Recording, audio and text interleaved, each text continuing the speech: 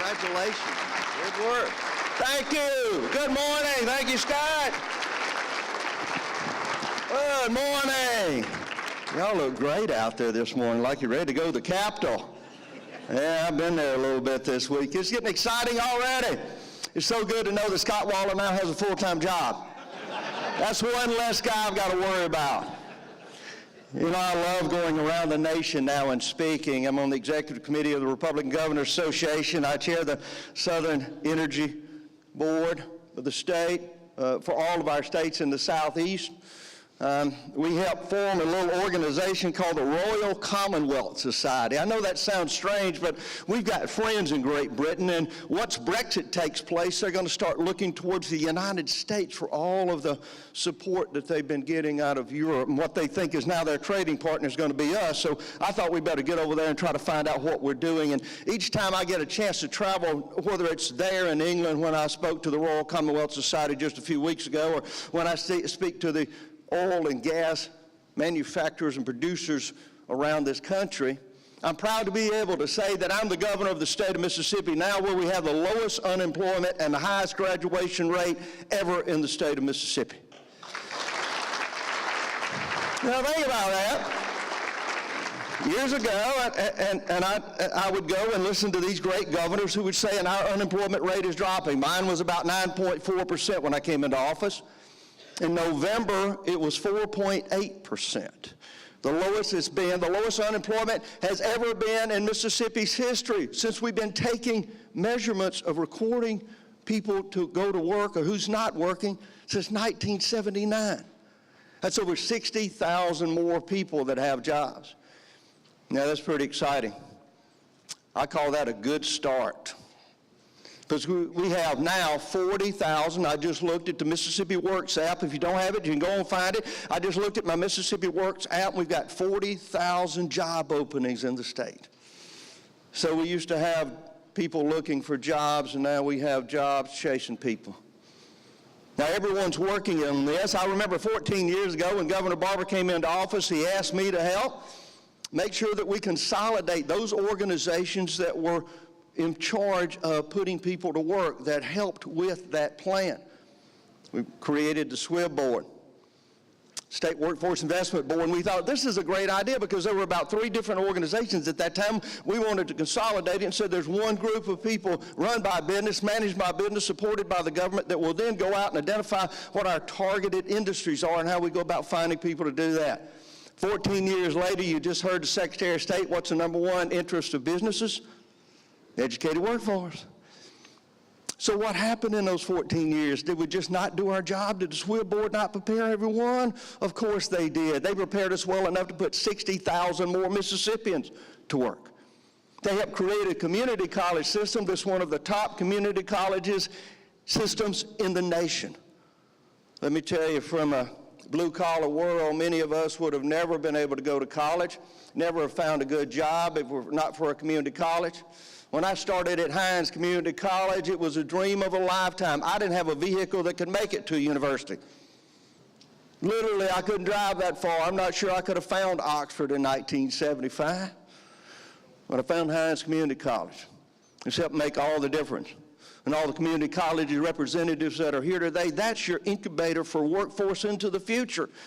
And thanks to you, thanks to MEC, we're using the Mississippi Work Funds to help incentivize that. We'll spend nearly $50 million that we won't take out of the general fund. We won't have to go to the legislature and say, give us more money for workforce training, because we had so much money in our unemployment reserve account. Why? 60,000 people went to work. Many of them got off unemployment. So the money that you were paying in your unemployment insurance premiums went into that workforce account. We rebated part of you by reducing your insurance premium.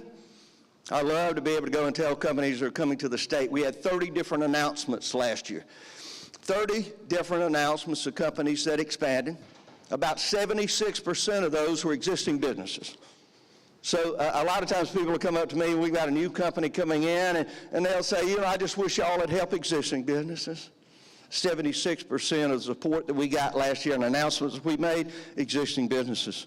I'd much rather take a company that is here, that is a corporate neighbor, part of the Mississippi family, and see them enlarge and grow. than I would go around the world and find another company, and I love those guys. William was just up here a little while ago. William, congratulations on leading MEC. What an honor that must be. He could have been governor, but he decided to do this. It's more fun.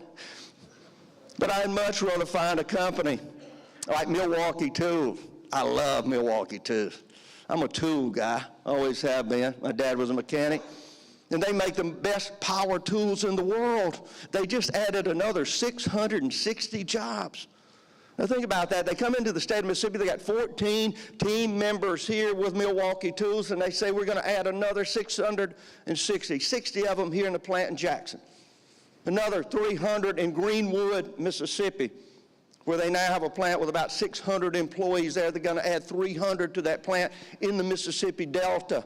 This is advanced manufacturing. These are not simple processes. 300 more in Olive Branch, Mississippi in their warehouse. I believe, and if I'm not right, if this is not correct, it ought to be, I believe Milwaukee Tools has more employees in Mississippi than they do in Milwaukee. It's a good start. We've got a lot of work to do. For the last 3 years, I've chaired Jobs for American Graduates. It's a program that was started about 30 years ago. We go into schools and we find those children that are at risk. We ask the principal and teachers, which child do you think is going to drop out? They know. They can tell you immediately. They'll say, we think this young man's not going to make it. He hasn't been coming to school. He's been failing. We say, great, let him come to a JAG class. Jobs for Mississippi Graduates, as we call here. We're in about 60 different schools. Yeah, thank you, Jag. About 95% of the time, that at-risk student graduates from high school. Almost 80% of the time, they go to work or on to higher education. 95% of the time. We spent about $3.5 million with JAG last year. $800,000 of that came from the general fund. $800,000. It is the only dropout prevention program in the state of Mississippi. I just rolled off of that national board, thank goodness. 3 years of JAG will work you out. We served over 1 million children. I was proud to represent not only the state of Mississippi, but the entire nation. When I met with the President of the United States and said, Mr. President, you want to make sure that we get more children in high school that are prepared to go to work or prepared to go into IHL or workforce training programs, go to JAG. Now, I tell you that because if we really want to solve some of those problems that the Secretary of State's talking about, we ought to put more revenue into Jobs for Mississippi Graduates. Right now, our graduates, as you heard, 82% of them are graduating from high school, the highest ever in Mississippi's history. Y'all read about that, didn't you? Saw it flashed across the front page. That's okay. Doesn't bother me. What bothers me is the rest of them that are not graduating. They're not going to find a job. They're not going to live the American dream. They ought to be able to do so right here in Mississippi and go into one of our great community colleges and learn to come out of there and manufacture Toyotas and Nissans and Yokohama tires, go to work for Continental. That will be the most sophisticated tire plant ever built. So the idea that we got these low wages and difficult jobs that no one else will do, that's not true. It's all about robotics and computers. So we must train our workforce of the future how to come into an aerospace industry like Northrop Grumman, which is expanding again, adding 60 more jobs there. And how do they make UAVs? How do we make sure that we're working with GE and manufacturing those jet engines? How do we make sure that the medical industry is an economic driver in Mississippi? Y'all may have noticed we opened a new medical school in Mississippi at the University of Mississippi, the first one since 1955. I was born in 1954, so you know how old that school was. Now, we'll be able to graduate about 150 doctors there. Healthcare is an economic driver in Mississippi, creating tremendous jobs with high pay and good salaries. So as we look at what our priorities are this year in the legislature, we're going to talk more about workforce training. We're going to talk more about how we can increase the number of students that are graduating from high school. I was just talking to Sean. I'm so glad he is on the Board of Education for the state of Mississippi. Thank you, Sean, for serving your state and being on our great Board of Education. But we've got to do more. 14 years ago, Governor Barber talked about those boys in shop. Y'all remember that talk, don't you? You know, he used to say, well, that was the boys that smoked. Yeah, I get it. He's old. You know, the guys that were kind of, you know, they were out there, maybe they rode a motorcycle, and they said, what are you doing? I'm going to shop. A lot of them became the mechanics of the future. A lot of them started their own business. A lot of them are very successful now because they learn how to complete those tasks and build that product and get it to market and work day and night to make sure they grow their business. The soft skills that we're missing, I just read a report not long ago from the U.S. Chamber of Commerce. You know where many of those soft skills that employers are looking for? They come between about 6 months and 4 years of age. That's where we learn conflict resolution. You know, your mom would tell you, I had 2 older brothers, so there was a lot of conflict resolution going on in my house. My dad was an expert at it. But literally, you learn conflict resolution from dealing with people, with your siblings, and then your parents. If you were in a good daycare system, like both of my children were at St. Dominic's Hospital, the nuns help you find that out. So we've got about 96% of our children just now in some child care facility in Mississippi and across the United States. We're working hard to make sure we put a learning component there. So they have the language skills, they have the conflict resolution, they know how to work with others to accomplish a targeted goal. You cannot put 95% of your children from 6 months to 4 years of age into a daycare and not have a learning component and expect them to come out and be ready for kindergarten. Read the report. It's a generational loss, I believe is what it's called, by the United States Chamber of Commerce. So we are beginning early learning there in daycare so that these children can come out and pass their 3rd grade reading exam. When I came into office, only about 58% of them were passing that test. Last test that was given, 92% of the 3rd graders passed their 3rd grade reading test in 6 years. We're making tremendous progress. Now, we've got a lot more to do.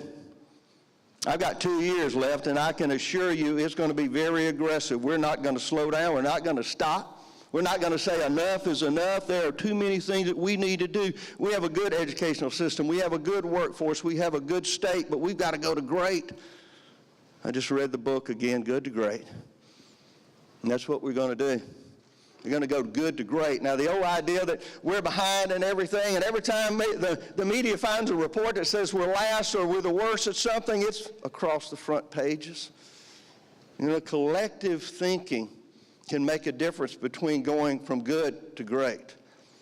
If I came into the Alabama football team, Alabama, and I walked in every day and I was a coach and I said, guys, there's no way we can win this game. Got too many people hurt. You know, the quarterback's just way too slow, his arms wore out, but y'all go out there and give it the best you can. Will they be playing for the national championship? I don't think so. So we've got to have a positive attitude. We've got to believe that we can go from good to great. We've got to believe that we can have a great infrastructure system. There's tough decisions the legislature's got to make. We've got deficits that we've got to take care of first. Medicaid, $41 million deficit, $41 million. So those of you that may know people or have relatives that are in extended care homes that Medicaid is helping support, we've got to assure sustainability for Medicaid into the future. So we are working hard to make sure that we have preventative health care.